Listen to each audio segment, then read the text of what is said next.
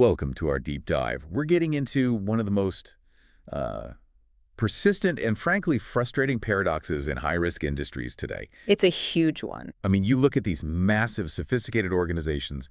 We're talking aviation, nuclear power, complex chemical manufacturing. They spend billions on training. They hire brilliant, well-intentioned people, and yet... And yet they still experience these catastrophic failures. Exactly. And the sources we've gathered for you today, they frame this not as a problem of skill, or individual effort. They frame it as a crisis of structure and governance. A crisis of governance. We're looking at that moment when integrating safety into operations, which is something a lot of companies say they want, actually becomes a catastrophic failure. Okay, so for decades, the safety world has operated under this really strong, almost biblical claim. If safety reports to operations, safety is doomed. That's the core tension, right? So our mission in this deep dive is to really stress test that assumption. We need to figure out the real insight required to keep a company safe. Because the sources are pretty clear, the answer isn't as simple as just moving a box on an org chart. That's right. We have to move past the simplistic idea that, if you just make safety report to the CEO, everything is fixed. Because it rarely is. It really is. What you really need is a more sophisticated understanding of how these reporting lines and the governance around them, not just good intentions, determine whether your organization is going to prioritize output or protection. So we're reframing the problem. Completely. It's a distinction between independence and integration. The key is you absolutely need both, and if you get that balance wrong, the consequences can be disastrous. Okay, let's unpack this. Let's start with the common beliefs, the ones that often lead organizations down the wrong path. You mentioned there are three core assumptions that are widely accepted, but actually deeply flawed. Exactly. And these assumptions, they sound smart on the surface, but if you adopt them wholesale, they become strategically dangerous to your organization's safety. All right, give us the first one, most provocative one. Okay, assumption one. If safety reports to operations, safety is doomed. The big one. The big one. And our source material really challenges this. I mean, it's just not universally true. Think about high reliability organizations like many parts of the aviation sector or certain specialized nuclear ops. Right. They successfully embed safety so deeply into operations that it's just part of the work. It's not something separate. The problem isn't the location on the org chart. The real problem is whether safety has defined escalation power. Escalation power. Yeah, the power to bypass production pressure when a genuine, unacceptable risk pops up. So location is secondary to authority. Yeah. Which, if we accept that, then the common fix, just move safety higher up, that's also often misinterpreted, isn't it? Oh, absolutely. Which brings us right to assumption two. CEO reporting automatically fixes safety. Right. The magic bullet. The supposed magic bullet.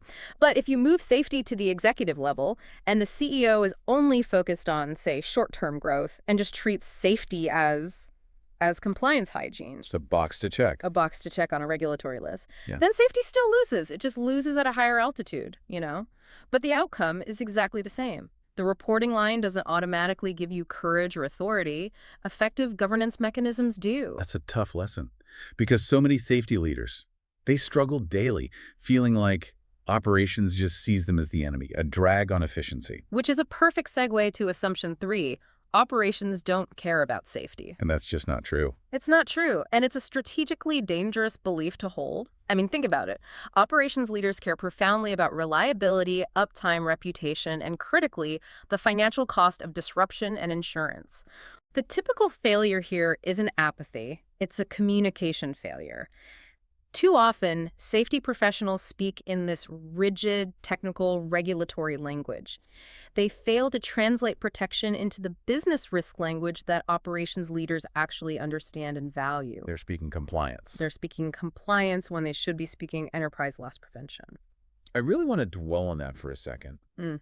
Because if a safety leader can't frame a mandatory change, let's say an equipment upgrade, not as an OSHA rule, but as a potential $50 million loss avoidance. Then they've failed to make their case. They have. They haven't linked their mission to the business mission. Precisely. You have to speak the language of the person you're trying to influence.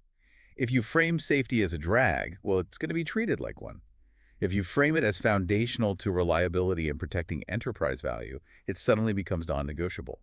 So Boiling this all down, the real finding here is that the structural issue isn't operations versus safety. It's not an antagonistic relationship. It's this constant systemic tension between independence on one side and integration on the other. That is the sharper, more actionable framing we want you to take away from this. If safety reports to operations without independent escalation authority, you've basically built a failure mechanism directly into your company's DNA. Let's talk about the driver behind that. Why is this independent authority so vital? It's easy to just blame bad leadership, but you're saying the system itself is kind of rigged. It is. Think of it like organizational physics. Production pressure is relentless. It's measurable units per hour, projects on time, budget targets met. And it's rewarded. It is absolutely rewarded with bonuses, with promotions, with public recognition. Safety pressure, on the other hand, it usually shows up as friction, slowing things down, demanding more training, adding cost. The system, by default, is set up to reward output and punish friction. So the governance failure is born right at the moment we ask safety professionals to apply that friction. Exactly. You're asking safety to audit operations, to challenge risky decisions, and to protect the company from, frankly, existential loss. But when their reporting line is trapped inside the operations division, You're asking them to challenge their own bosses. and their bosses' incentives, their performance reviews, their divisional bonuses, their promotions, it is a fundamental structural conflict of interest. It's a governance failure built into the design, not a failure of character from the people involved. Okay, so what is the fix? If we accept that we need both, we need the integration and we need the independence, how do we define that relationship in a way that actually works? The key insight, the real takeaway, is that safety has to be simultaneously operationally integrated and organizationally independent. Okay, walk us through that. What does that look like on the ground? So operationally integrated, that means safety is truly embedded in the work. Safety leaders are physically present, they understand the workflow, they are in the design reviews, they know the constraints of the frontline teams, they are aligned with how the work actually happens. They're not in some ivory tower. Exactly. And then organizationally independent is the structural safeguard. That means safety has to have unfiltered access to the highest decision-making level. The CEO, the board, the enterprise risk committee, whenever a risk crosses a defined, pre-agreed threshold. And that ensures their voice isn't diluted. It ensures their voice isn't diluted by the production manager who owns the monthly output number. That makes me think of internal audit or enterprise risk management. Yeah. They don't run the business day to day, but they have the structural power to halt a process or raise a flag right to the top. Is that the kind of analogy we should be using here? That is the perfect parallel. Internal audit doesn't run the financial ledger, but they have independent access to the audit committee. They have the power to challenge financial incentives that could lead to fraud or catastrophic loss.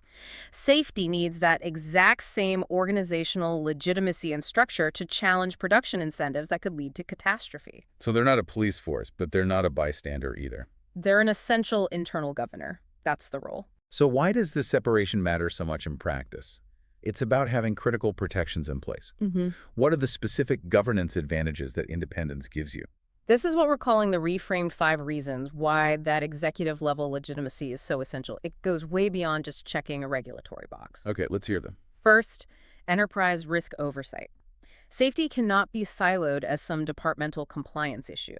When you frame it correctly as enterprise risk, it has to sit right alongside financial, legal, and major reputational risk. It needs that executive visibility. It has to have it, because the consequences of failure, a major oil spill, a plant explosion, are existential. If the board doesn't see safety risk in the same format as financial risk, they simply cannot govern it effectively. And that visibility is pretty pointless unless someone has the actual power to act on what they see. Which brings us to number 2, unfiltered risk escalation. When production pressure inevitably spikes, and it always does, someone has to have the authority to bypass the normal chain of command and just say, stop. This is too much. This decision exposes the entire company to unacceptable loss. And that voice has to be pristine. It has to be unfiltered. If the head of operations can just squash that safety warning before it ever gets to the C-suite, the system is fundamentally broken. That makes perfect sense. The decision maker needs the raw data, not a summary that's been sanitized by the person who's responsible for hitting the schedule. What about when the risks are introduced much earlier in the process? That's number 3. Decision timing matters. We often focus on the worker who made the mistake at the sharp end, but most catastrophic failures are actually designed into the system months or even years upstream. How so? Through things like high-level sales commitments, procurement shortcuts, or just impossible schedules. If safety is only present downstream when the job is actually being done, they're just reduced to damage control. Independence allows safety to intervene at the strategic planning table when those big decisions about budget, design, and scheduling are being made. So it's about shifting safety from being reactive to being proactive, influencing the design. And speaking of design, let's talk about the money. Does the safety team need to control the budget to be effective? It's more subtle than that. It's about budget influence versus budget ownership. Safety shouldn't necessarily own some massive departmental budget, but it absolutely must be able to influence all the budgets where risk is being created. You give an example. Sure. Think about a multi-million-dollar procurement decision for new machinery. If the safety director suggests a necessary but more expensive upgrade, that recommendation needs executive legitimacy to override a purchasing agent who's focused only on the lowest bid. Right. Without that independent legitimacy, the business case for cheap will almost always win against the safety case for quality. That structural legitimacy seems critical. And finally, you mentioned there's a kind of silent killer that can creep up on any successful organization. The fifth reason is protection from the normalization of deviance. This is the organizational drift that kills high-risk companies. Operations rarely intend to have accidents, they just drift there, slowly. How does that happen? They take a shortcut once, say, ignoring a routine maintenance check because of a tight deadline. Nothing bad happens. So suddenly that dangerous thing just becomes the way we do things here. Independent oversight is the crucial objective mechanism, maybe the only mechanism, that can hold a mirror up to the operation and say, wait, that's not what the procedure says anymore, and this drift is creating a systemic vulnerability. It's that external eye that spots the incremental decay of standards. That is a really robust framework. Now, let's be fair and address the counterarguments. I know plenty of operations leaders who genuinely believe safety has to be deeply integrated. They argue that creating an independent team just turns them into this irrelevant ivory tower police force. And you know what? They are right halfway. We have to acknowledge that. They are absolutely correct that safety must be operationally embedded. If safety is physically and culturally locked away, it will be irrelevant and it will be ignored. But there's a danger there. The danger is that embedded without independence means safety becomes invisible. It loses its voice. It gets wholly absorbed by the very production pressure it was meant to govern. It stops being a check and just becomes an echo. Okay, and what about the other big argument we always hear, that safety leaders just need to prove their profitability, show the ROI for every single initiative? That argument is also necessary, but it's incomplete. Yes, a mature safety leader has to speak the language of productivity and enablement. They have to explain how safety improves efficiency and reduces rework, but That's not the whole story. not at all. Safety doesn't always show a neat quarterly profit. Sometimes what safety does is prevent existential losses. Bankruptcy, criminal prosecution of executives, regulatory shutdowns, the loss of your license to operate. Those aren't productivity metrics. They're essential survival mechanisms for the entire enterprise. So a truly mature leader needs to speak both languages. Both enablement and refusal, productivity and protection. So if this need for organizationally independent enterprise-level risk governance for safety is so clear, why don't we see more chief safety officers, CSOs, reporting directly to the CEO or to the board? That feels like the uncomfortable truth here, why these governance failures keep happening. It speaks volumes about corporate priorities, doesn't it? There are, I think, 3 big structural reasons CSOs are still so rare. The first one is simply prioritization. What do you mean? Safety failures are infrequent, even if they are catastrophic. Boards, naturally, they prioritize frequent, measurable risks. Financial volatility, cyber threats, HR retention issues. Safety feels abstract. It feels abstract right up until the moment the explosion happens. So risk immediacy consistently trumps risk severity in the boardroom. They treat that low probability, high impact risk as something they could just handle later. Exactly. The second reason is misclassification. In so many high-risk sectors, safety is still routinely misclassified as a compliance function. Compliance functions ensure rules are followed locally, so they report down the chain. Risk functions ensure the enterprise is protected structurally, so they need to report up. So until an organization sees safety as a core strategic risk function, It will remain organizationally tethered to the very operations chain it is meant to oversee. And the final point is about identity and competency. Finance has a clear identity. Muddy. Operations has a clear identity, output. Safety still seems to be struggling for that unified executive identity. That's the third point. Lack of unified executive identity and a training gap. Safety is still often seen as the department of rules, hard hats, and training checklists, instead of system resilience and loss prevention. And compounding this, historically, safety leaders were trained as excellent technicians, great at spotting hazards on the shop floor, but they often lack the financial literacy or strategic communication skills to build those boardroom narratives that translate protection into enterprise value. That training gap is the final hurdle to full C-suite legitimacy, though that is slowly changing. This has been a really powerful reframing of how organizations need to approach safety. So what's the final synthesis we need to remember as we wrap this up? The synthesis is clear. Safety should never be asked to fight operations. That's the wrong model. Safety should govern risk while operations deliver value. That is the necessary partnership. When a high-risk organization fails, it is almost always because it failed to install the independent checks and balances that prevent natural, reward-driven production pressure from overriding systemic protector. And what's the final critical position for you to take away?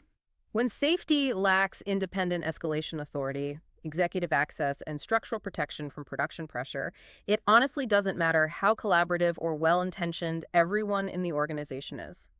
The system is fundamentally designed to reward output, and the system will eventually choose output over protection. And in complex organizations, systems, not people, are what decide catastrophic outcomes. That structural reality is a profound lesson in organizational design. And as you go about your day, think about how this critical requirement of being operationally integrated but organizationally independent applies beyond just safety. Does your organization's governance structure for other non-financial enterprise risks like cybersecurity or data privacy or even sustainability targets, does it suffer from the exact same lack of independent escalation authority? If the person responsible for maximizing output or hitting a tight deadline can hide a critical risk from the board or the executive risk committee, you have a governance failure just waiting to happen.